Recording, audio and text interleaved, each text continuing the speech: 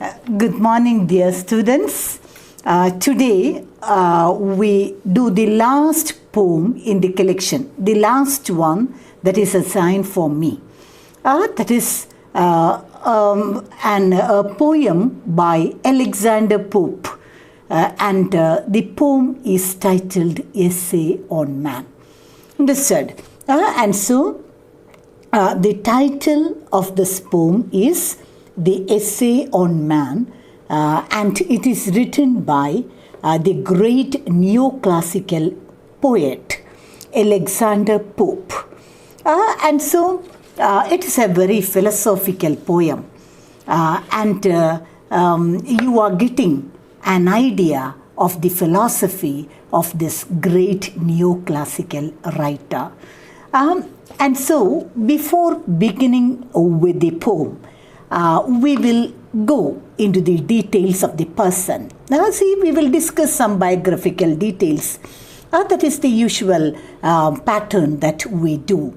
Alexander Pope, something about the poet. Let me introduce the poet first, before beginning the poem. Alexander Pope, he was born in 1688. He was called a satirist par excellence, or a master satirist. He was the most representative poet of the neoclassical age. Even when he was a small child, he was extremely intelligent. But because he was a Catholic, in Protestant England, there were many restrictions on his formal education. And so he took lessons informally from his aunt and a family priest.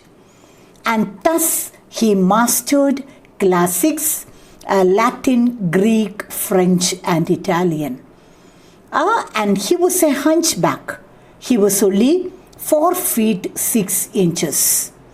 He has proved his genius at a very young age. It should be noted that he is the most quoted writer after William Shakespeare. Because of his sharp wit, he was called the Wasp of Twickenham. Twickenham is a rich suburb in London where Pope died. Pope died in the year 1744. And so just the essential details are there.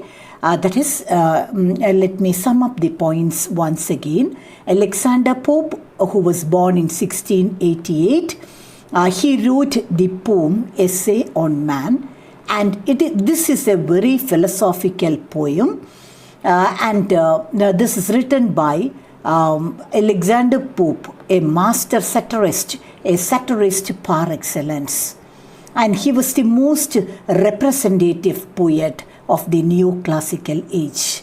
Right from his childhood days, he proved that he is a very intelligent child.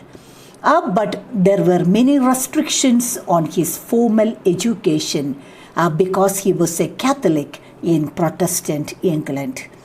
And he took lessons informally from his aunt and a family priest. And thus he mastered classics, Latin, Greek, French, and Italian. He was a hunchback, only 4 feet 6 inches. He proved his genius at a very young age. And he was the most quoted writer after William Shakespeare. Because of his sharp wit, he was called the Wasp of Twickenham. And where is this place, Twickenham? It's a town there. It's a rich suburb in London where Pope died. Coming to the period in which he lived. And what was the speciality of the period in which Pope lived and wrote? Actually, it was a period of reason where intellect was given more importance than emotion.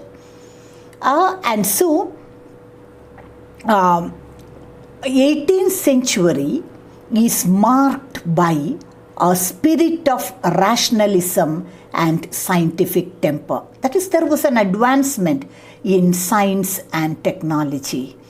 And Isaac Newton was the most prominent scientist of the period. And so 18th century was a period which witnessed great growth in science and technology. And it is marked by a spirit of rationalism and scientific temper. And the age is called Neoclassical age or Augustan age. And so what is the age in which Pope lived and wrote? He lived and wrote during the Neoclassical age or Augustan age. And the period is roughly between 1660 to 1798. And so, what is the Neoclassical? I will tell you what do you mean by the term Neoclassical and what do you mean by the term Augustan period. I just understand that a Pope lived and wrote during the Neoclassical period, and it comes roughly between 1660 and 1798. And you know the speciality of 1798. 1798 is the year when Lyrical Ballads was published. And so there ends the Neoclassical period. Here, why the period is called Neoclassical? Neo means new. Classical means it is called Neoclassical age because of its love for classical writers that led to the revival of the classical forms in art and literature. And so it is called the Neoclassical period because of its reverence for the classical Roman and Greek writers. The writers of the period showed a great interest and they tried to imitate the great Greek and Roman writers, the classical writers. And so the period is called Neoclassical period. And then this Neoclassical period is also called the Augustan age because of the Roman Emperor Augustus Caesar, during whose reign literature flourished. Understood? And so the period in which Pope wrote is the Neoclassical period. And it is called Neoclassical because of the great reverence shown to the classical writers, Roman and Greek writers. It is called the Augustan age, another name for the same period, because the country was ruled by Augustus Caesar. And during this great Roman emperor's reign, literature, art and technology flourished. And so the period also was known as the Augustan age. It was the time, this period is the time of formality and artificiality. More or less a tough style is used. And actually the period is, it has three sessions called the Restoration period, Augustan period and the Age of Johnson. And you needn't have to go into such specifications. Just understand that Pope lived and wrote during the Augustan age. He lived and wrote during the Augustan age or Neoclassical period.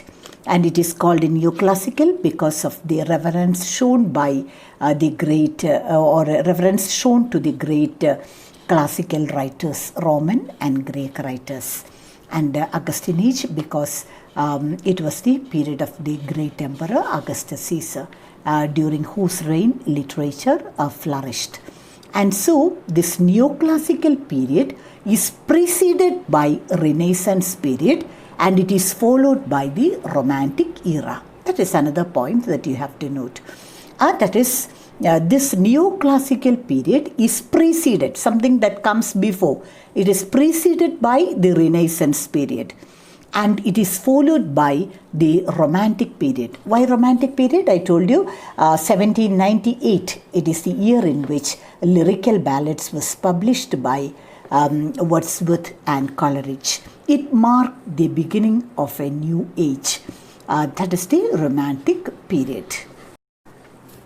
And then something else regarding the neoclassical age. I told you that Isaac Newton was the most influential scientist of the day.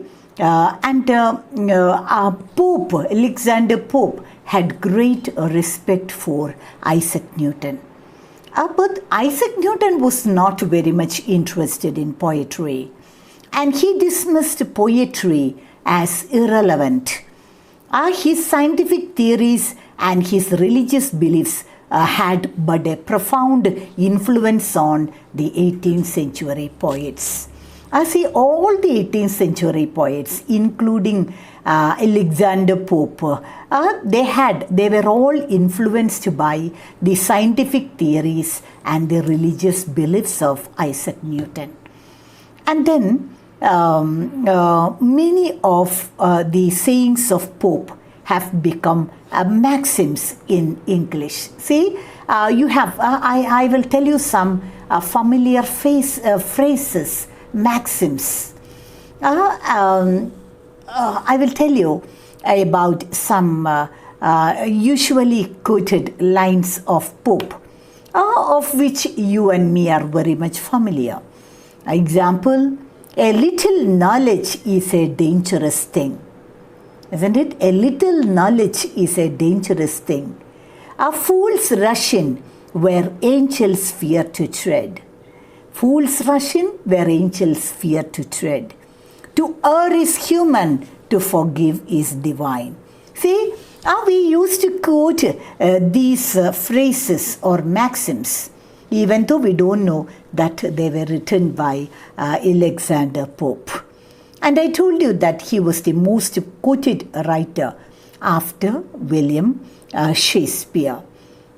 And then some of the important works by Alexander Pope are The Rape of the Lock, The Dunciad, and An Epistle to Dr. Arbuthnot. I'm giving you the examples of only some of the works by Alexander Pope. Just understand some of the important works: The Rape of the Lock, The Dunciad, An Epistle to Dr. Arbuthnot. These are very important works written by Alexander Pope. He also translated the great epics Iliad and Odyssey.